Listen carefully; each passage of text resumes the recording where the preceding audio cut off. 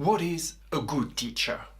What makes the difference between a good and an okay teacher? I don't know if there's any more complex question in education.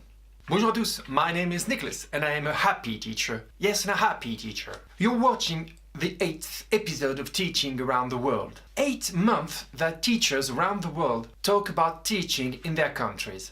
How wonderful is that? It all began in August with 3 teachers. Life in Newfoundland in Australia, emerging educator in the US, and some random French guy. This month we'll talk about teacher evaluation. And you know what? Some studies question the reliability of observation. Reliability. Let me read this excerpt I found on teachertoolkit.co.uk. Link in the description box below.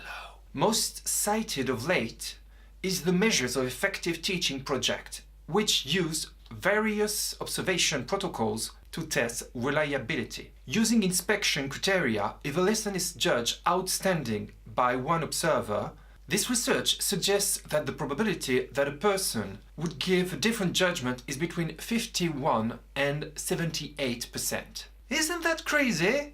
That said, let's get into it. 1. How are teachers evaluated, observed in your country?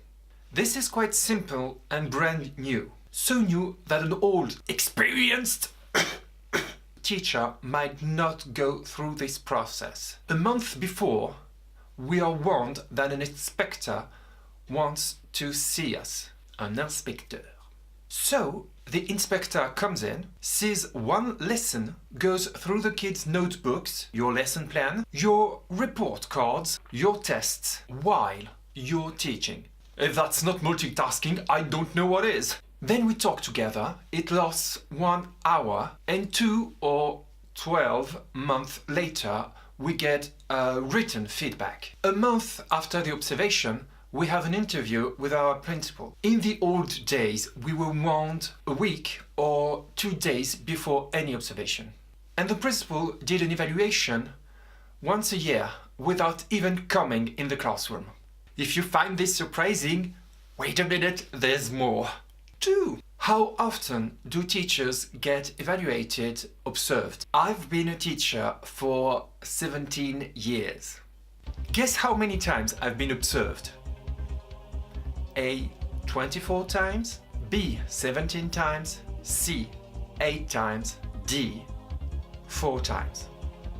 It's a hard one.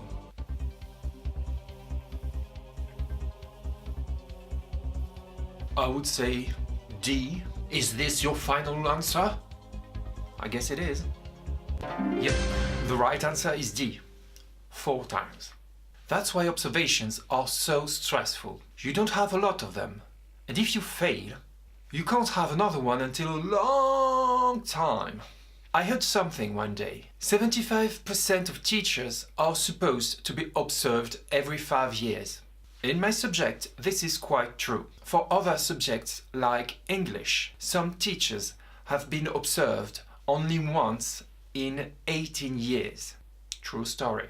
How can you feel apt and legitimate if you have no one to tell you that you're actually doing a great job? How can you grow as an educator if you don't have any feedback? PD, would you say? PD. That's another story. We'll talk about it next month. 3. Who does the observations? See question 1. 4. Do teachers get tenure? How many years must a teacher teach before getting tenure? We are civil servants. We do get tenure for sure. We pass a competitive exam that only 17% pass. Concerning my subject, SVT, Sciences de la Vie et de la Terre, it was only 12% last year, and it tends to be less and less.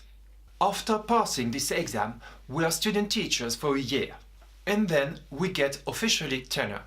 So getting tenure is not an issue at all. Passing the exam is. 5. What role do the evaluations play on your long-term career?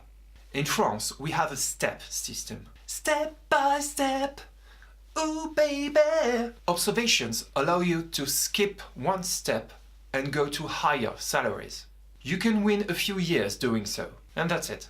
At some point, the reality is, as you get older, you're more likely to go in a different category called hors classe, where salaries are higher. Although my observations are really good, I'm not old enough to be hors classe. I confess that I'm quite bitter about that. Hey, I'm not perfect, you know, I have feelings too. I'm a happy teacher, but I'm human. Well, I guess that's it. Don't forget to check my Teacher's Friend channels. I'm sure you'll learn a lot about education in different countries. Link in the... Yeah, they all know where the links are. They're not stupid, you know. And don't forget to subscribe for more French teaching fun. À bientôt.